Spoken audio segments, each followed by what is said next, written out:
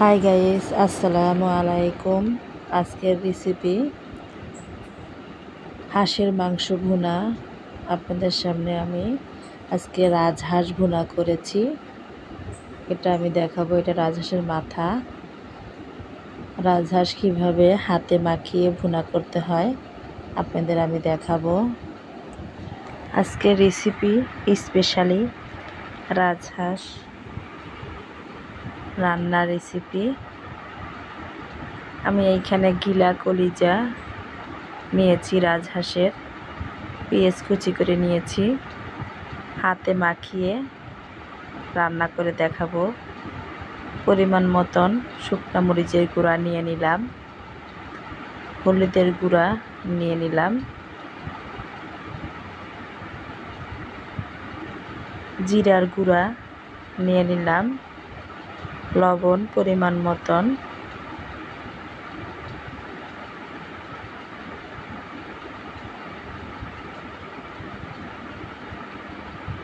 দিয়ে দিলাম কাঁচামরিচ 5-6 পিস কেটে দিয়ে দিলাম, গরম মশলা বাটা, আদা, দারচিনি, এলাচ, লবঙ্গ আমি বেটে নিয়েছি, আদা রসুন বাটা দিয়ে দিলাম। সব কিছু পরিমাণ মতন দিয়ে দিব। সয়াবিন তেল পরিমাণ মতন। এখন হাতে আমি সুন্দর করে মেখে নিচ্ছি।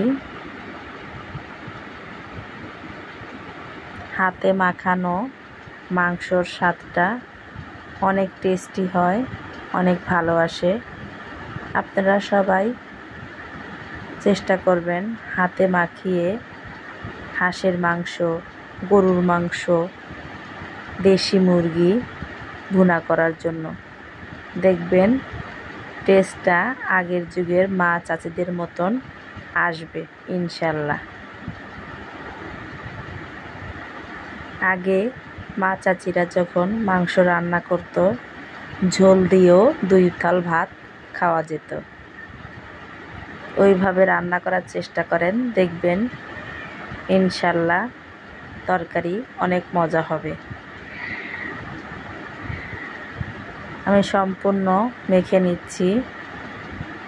10 মিনিট ধরে সুন্দর মতন আস্তে আস্তে মেখে নেবেন, মশলা যেন মাংসের ভিতরে ভিতরে পৌঁছে।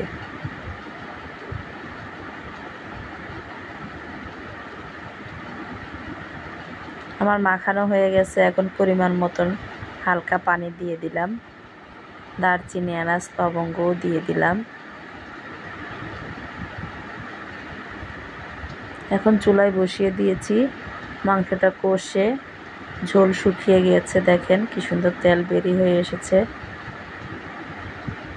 আমি নাড়াচাড়া করে দিচ্ছি।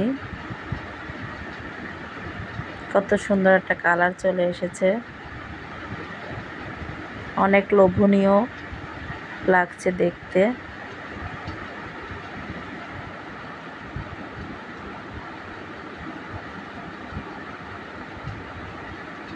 এইভাবে হাঁস রান্না করে খাবেন, দেখবেন অনেক মজা পাবেন।